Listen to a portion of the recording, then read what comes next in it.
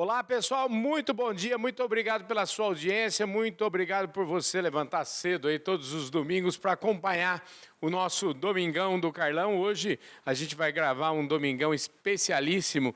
Antes de apresentar aqui meu convidado, eu quero, porém, agradecer os nossos patrocinadores, agradecer especialmente ao pessoal da Employer. Aos domingos eu realmente visto a camisa da Employer, a Employer que é uma empresa focada no trabalho temporário, e de trabalho temporário em trabalho temporário, muita gente ganha a vida fazendo esse tipo de trabalho tão importante para o nosso agronegócio, especialmente porque nas épocas de colheita, nas épocas de plantio, sempre há necessidade de mais pessoas.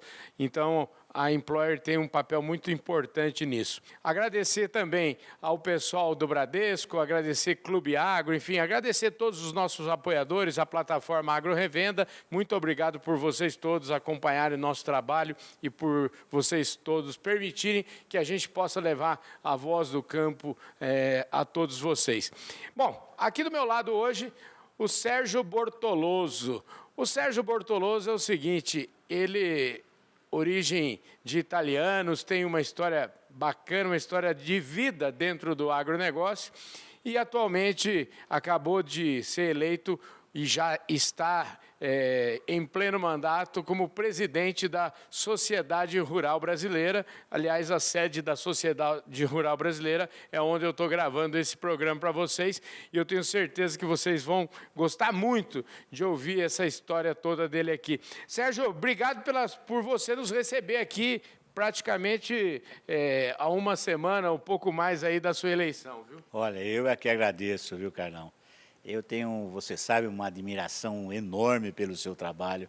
Eu acho que você presta um grande serviço para o agro brasileiro. Isso é um prazer estar aqui com você, um prazer estar com a sua equipe e também estar conversando hoje com o seu telespectador aí. Maravilha. Ô Sérgio, e como é praxe aqui do nosso programa, a gente nunca começa o nosso programa, eu falo assim, nosso programa nunca é com o pé no peito já, assim, entendeu?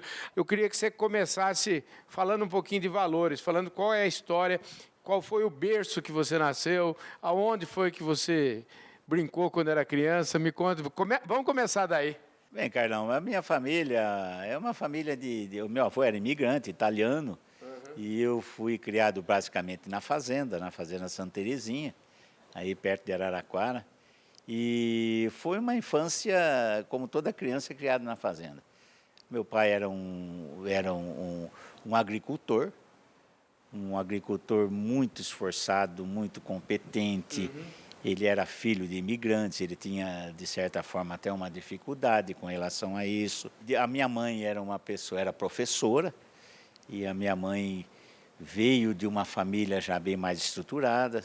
E quando eles se casaram, eles tiveram um início da vida um pouco difícil e tal, como todo início de vida. Mas nós, como eu disse, eu morei na fazenda, depois fomos para a cidade para estudar, mudamos para Araraquara. Aí em Araraquara nós começamos a fazer os cursos, eu acabei optando pela área da medicina, o meu irmão mais velho. Naquela época era assim, né? O pai escolhia. Então o meu irmão mais velho, ele ia ser agrônomo para tocar as coisas do pai. Eu ia ser médico, o outro meu irmão ia ser advogado, a minha irmã professora, e o outro mais novo, ele falava que tinha que ser economista, porque sendo economista poderia ter até presidente da República, ele falava. Então, era isso. Então foi o começo da vida, uma infância, uma família muito bem estruturada. A minha mãe muito religiosa, a minha mãe é uma pessoa de fé, uma pessoa espiritualmente muito completa. E eu fui criado nesse ambiente, um ambiente de muito trabalho, um ambiente de muita luta e também de você, de uma forma que você valorizasse, principalmente os conceitos de moral, os conceitos religiosos e também essa perspectiva, sabe, de crescimento e de um dia conseguir fazer alguma coisa que retribuísse o seu esforço e tudo. Então foi basicamente nisso que nós, criado dessa forma dentro aqui da nossa família.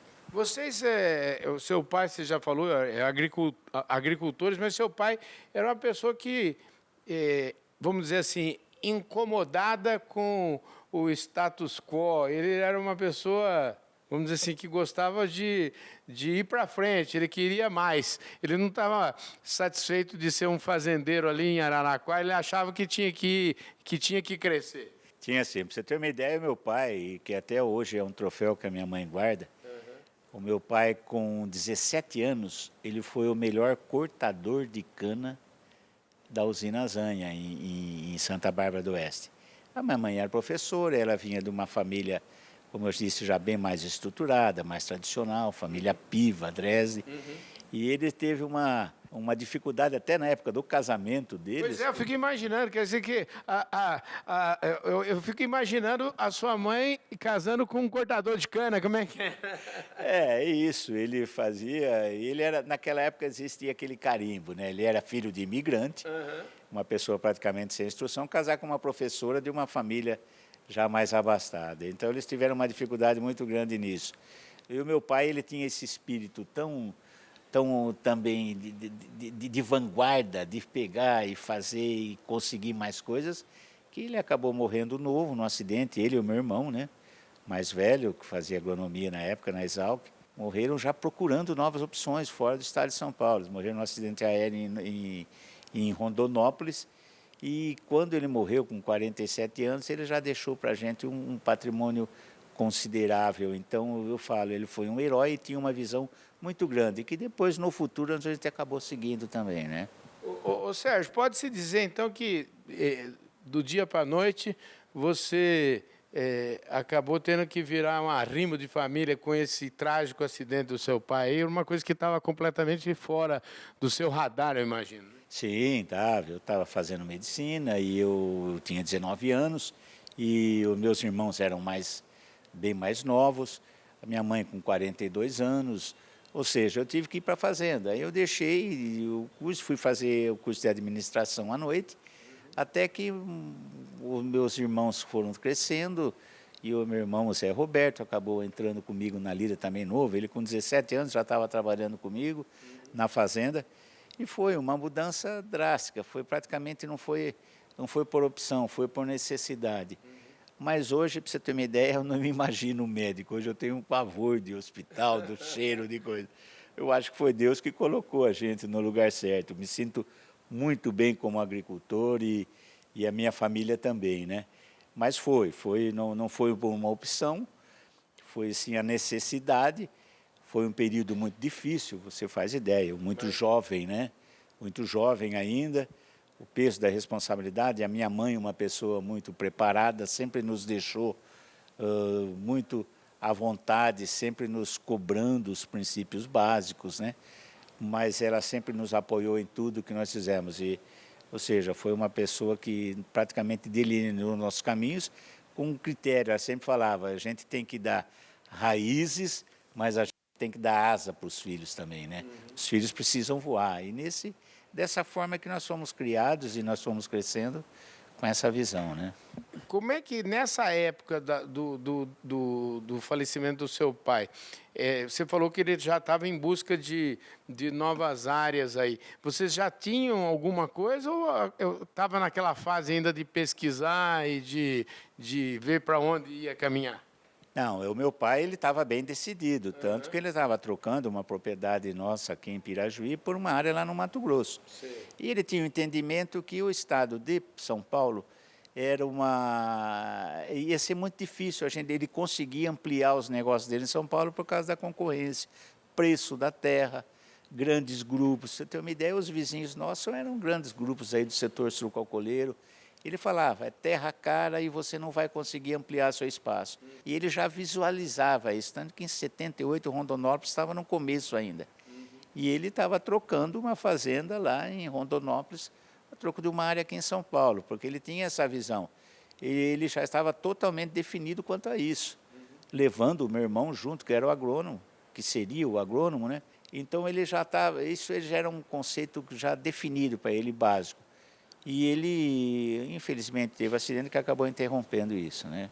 Como é que foi daí? Daí do acidente, eu imagino que teve que ter toda uma reorganização familiar. Aí você, de repente, se viu na frente de todo esse processo? Foi. Aí, como eu falei, o impacto inicial foi grande. A gente foi se adaptando, quando o Zé Roberto, meu irmão, começou também a me ajudar, aí nós acabamos plantando na nossa área e depois arrendando terras fora de área para continuar plantando algodão para aumentar o nosso negócio. Só que foi naquela época em que o Proálcool acabou tendo um processo inicial e as usinas também começaram a disputar a terra que era disponibilizada para plantar algodão e sim para elas. Então começou a ficar caro para se arrendar a terra.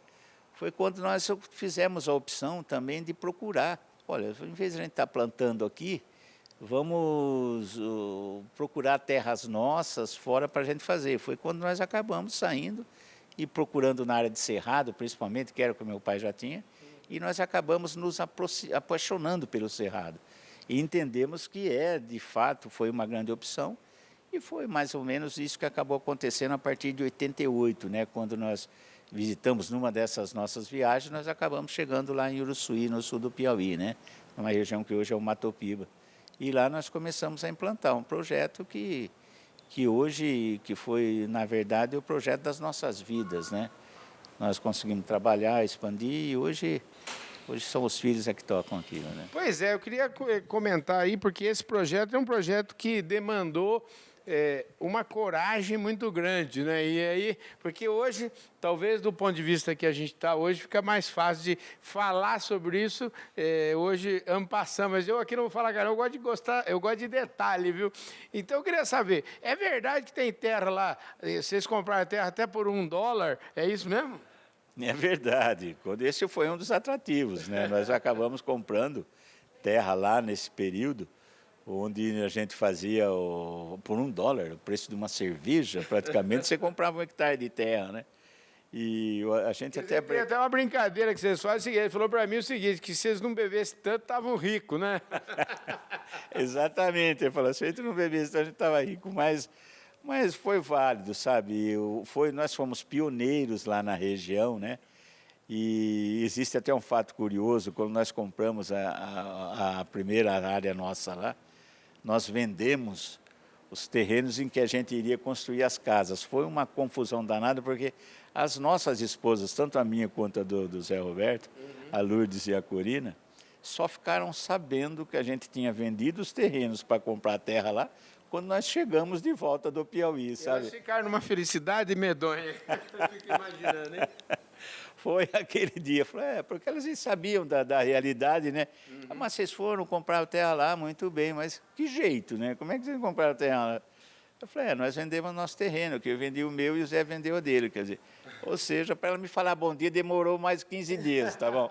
Mas eu acho que hoje, e depois elas assumiram, perceberam que foi a decisão certa, foram as nossas companheiras, e até hoje, né, nós praticamente não teríamos feito nada, não construímos aquilo sem a participação e a presença, porque elas também deixaram as famílias aqui, né, e foram com a gente para lá, né. Então são as nossas companheiras e as pessoas que, na verdade, nos estimularam a vida toda a fazer o que nós fizemos. Mas tem de fato isso aconteceu. Foi difícil você catar os pedaços depois lá, sabe, Carlão? Mas isso, eu queria que você falasse um pouquinho desse espírito, porque contando essa história hoje, aqui sentado nesse sofá confortável aqui, é engraçado, eu diria. Mas construir toda essa história não foi nada engraçado. Eu queria que você falasse das dificuldades, porque quando vocês foram para lá e compraram essa primeira área, eu imagino que para chegar lá não era fácil, a logística, enfim. Me fala qual que é a estrutura que vocês encontraram lá. Bom, para chegar lá, né, de Araraquara até lá em Uruçuí, era 2.380 quilômetros. A gente ia até Barreiras, na Bahia, que ainda tinha asfalto. De Barreiras para frente eram 850 quilômetros e estrada carroçada, né? A gente passava em cima de 3 balsas, que eram os pontões que se fazia ali, onde você punha a caminhonete em cima da... Você precisava ficar puxando no cabo de aço. E quando nós começamos lá em cima, os primeiros 250 hectares que nós abrimos lá para plantar arroz na primeira época, me lembro que eu e o Zé Roberto, nós nós matamos com 2 CBTs, eu com um e ele com o outro, sabe? Você pilotando mesmo. Sim, naquela época e nós começamos a fazer, era um cerrado que não era tão alto, e nós fizemos. Então foi uma dificuldade. Para você ter uma ideia, a gente ficava acampado, né, em cima da serra, fazia aqueles barracos de palha, né? E lá tinha a cozinha, você ia no começo da semana, ficava semana toda lá. E, inclusive, um desses barracos que a gente fazia lá, nós apelidamos de Maxud Plaza, para você ter uma ideia. Que legal, hein? Olha, lá o nosso Maxud Plaza era aquele, né? E a gente saía, para você ter uma ideia, para a gente tomar banho, de fato, era só uma vez por semana, quando a gente vinha no domingo para a cidade, que domingo para ir na missa, que isso já era uma questão muito importante para nós. No outro dia fazia cedo, ia no Banco do Brasil, comprava as coisas, pagava as contas e voltava, né? Então, por quê? Porque lá em cima, como a água era de pipa e era em cima da chapada, a gente não poderia estar gastando água, porque tinha água para comida e tinha mais gente trabalhando com a gente, então se todo mundo fosse tomar banho, todo mundo ia tomar, não daria, ia para pegar longe. Então, a gente fala, na verdade, nós seguimos aquela tradição de italiano naquela época, de banho só no sábado ou domingo, entendeu? Mas tudo isso foi válido, né, Carlão? Naquela época, eu tinha 30 anos, né, de idade, tinha uma vontade imensa de vencer na vida, o meu irmão também, os filhos pequenos e tal. Foi muito triste por causa da saudade, né, a distância, a gente ia, ficava um mês, depois voltava para cá, a gente ainda tinha fazenda aqui que tinha que tocar, né, como temos até hoje, aqui. Então foi uma fase difícil, de bastante desafios, mas valeu a pena, sabe? Hoje nós percebemos que nós fizemos uma opção certa, nós tivemos o apoio de muita gente, muitos amigos, da família principalmente.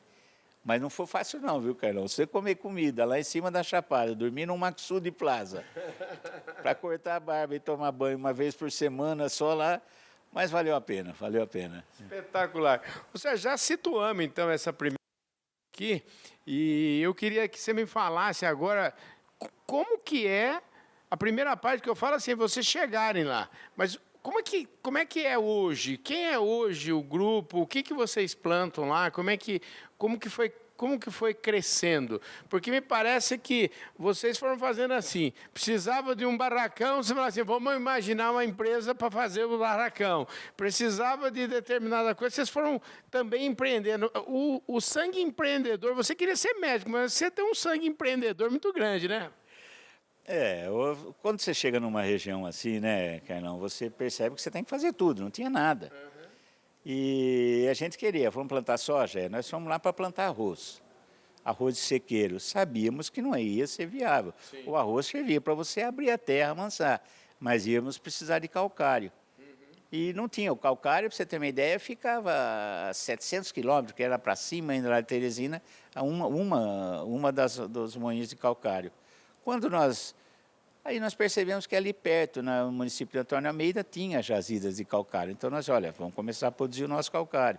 Foi quando foi criada a mineração graúna, onde nós começamos a produzir o calcário tanto para nós quanto para terceiros. Aí nessa época que nós começamos com o calcário, nós fizemos uma parceria muito forte com a Ceval, onde a gente primeiro depois, não tinha armazenagem, não tinha recepção e nem armazenagem de soja. Então, nós montamos a unidade de recepção e armazenagem para atender a nossa soja e quem da Ceval, na época, comprasse ali fora. Então, ficou um ponto de entrega. E, naquela época, a gente fornecia calcário para a Ceval e ela fomentava o plantio de soja, ou seja, ela vendia calcário para quem estava plantando arroz a troco de soja. E isso foi o processo inicial, né? E era tudo assim, peças não tinha, oficina. Foi quando aí nós entramos, na época nós fomos representantes da Valtra, lá por um período. Depois a construção, não tinha pré-moldado, entramos lá com a consultora gigante. Ou seja, na verdade a gente acabou precisando fazendo tudo, né? Lá não tinha nada. E aí depois, aí também o meu irmão, o Hamilton, já se formou. Aí o Hélio, meu cunhado também, que trabalhava para cá, junto com o pai dele, acabou deixando, foi quando, de fato, nós mudamos para lá com as famílias e começamos a expandir a nossa atividade. muitas por necessidade. E depois nós fizemos uma parceria com a Ceval, de receber, aí a Ceval foi vendida para a Bunge. A Bunge montou depois o parque industrial dela lá e precisava de alguém que produzisse a matriz energética para o processo industrial e também de recepção.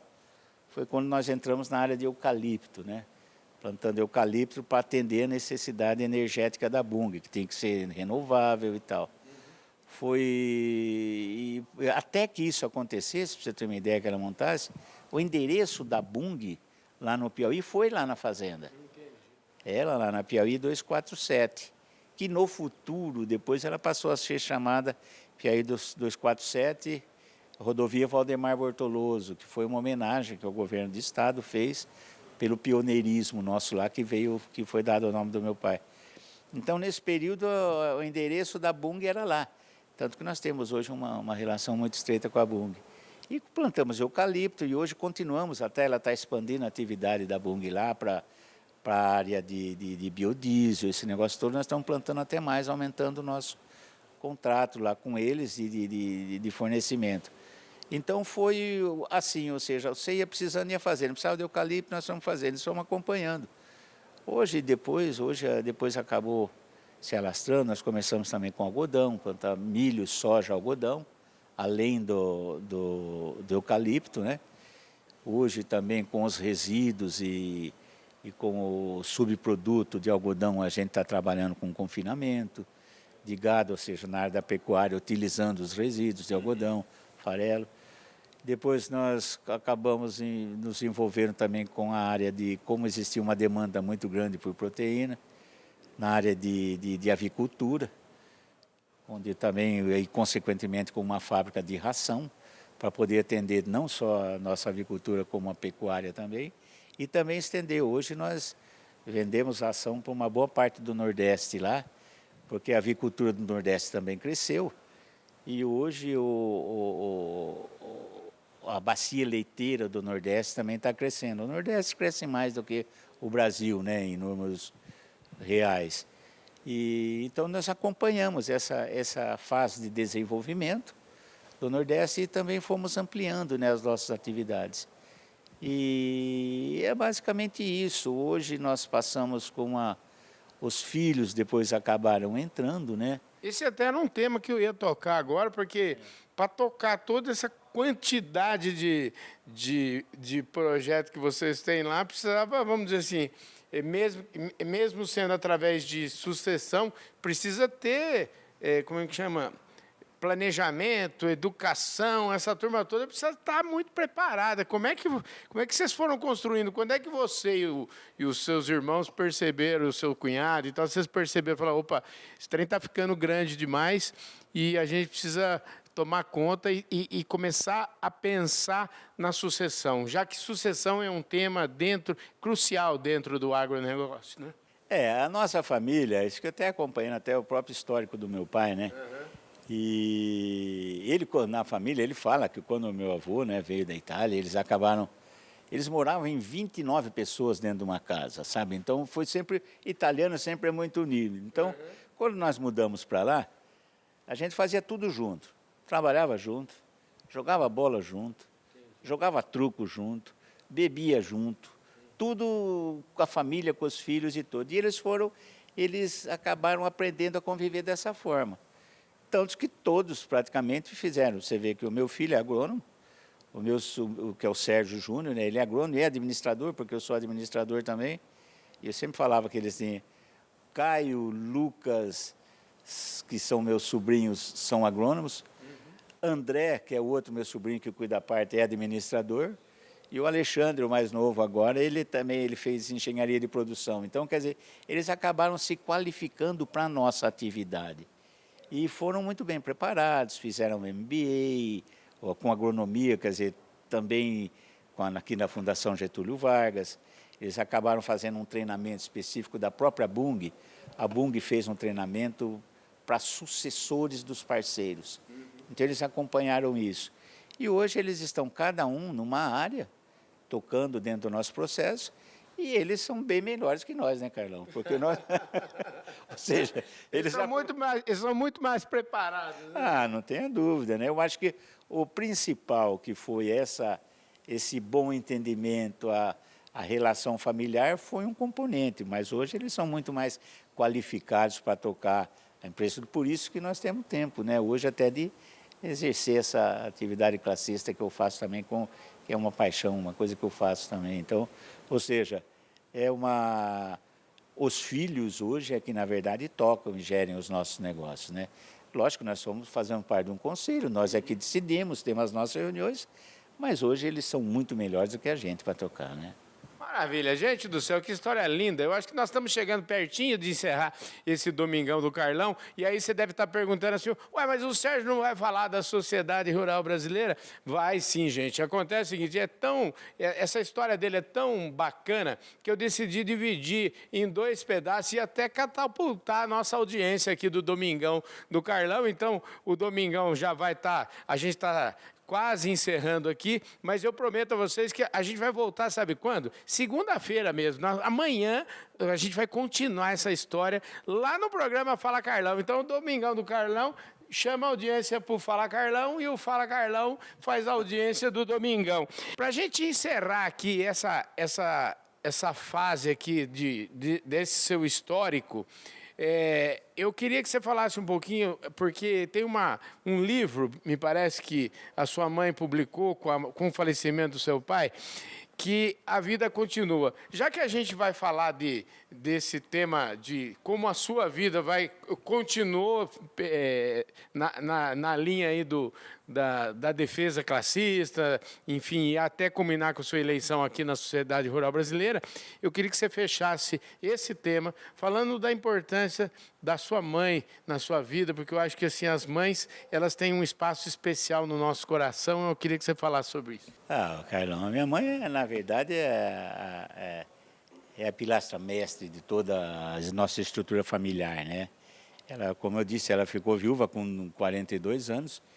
Ela é uma pessoa que tem uma força espiritual muito grande, ela é muito católica, passou isso para a gente. Ela entende que tudo que acontece com a gente é porque Deus quer que aconteça, senão não aconteceria. Mas ela, quando ela ficou viúva, ela percebeu que existia uma lacuna dentro da literatura até que era para viúvas, né? Porque viúva, ela fala uma coisa assim um pouco... E viúva é muito sinônimo de tristeza, né? Então ela falava, e ela acabou escrevendo um livro que foi E a Vida Continua, o nome do livro, e ela foi são várias edições já foram feitas pelas Edições Paulinas, e esse livro acabou vendendo muito, e com isso ela criou casas de apoio espiritual para viúvas, várias casas aqui em São Paulo, no interior, em Araraquara, em várias regiões onde criava-se casa que chamava-se Casa da Esperança. Então a minha mãe ela é uma batalhadora, ela é uma pessoa que, com relação à nossa família, para você ter uma ideia, hoje ela é referência para nós, para os filhos, para as noras, para o genro, para os netos principalmente, adoram a avó. E ela mora em Araraquara, mora ali na fazenda, e os netos, todos sempre que vêm, querem estar junto com a avó, querem pedir a bênção dela. Ela é uma pessoa encantadora, você vai conhecer ainda. Maravilha. Então eu queria aproveitar no encerramento, agradecer ao pessoal da Implor e mandar um grande abraço para a dona Maria Elvira e dizer que ainda vou conhecer a senhora, que com certeza vai ser maravilhoso conhecer. Eu adoro essas pessoas que têm uma história de vida extraordinária. Está aqui, então, o encerramento do nosso Domingão do Carlão.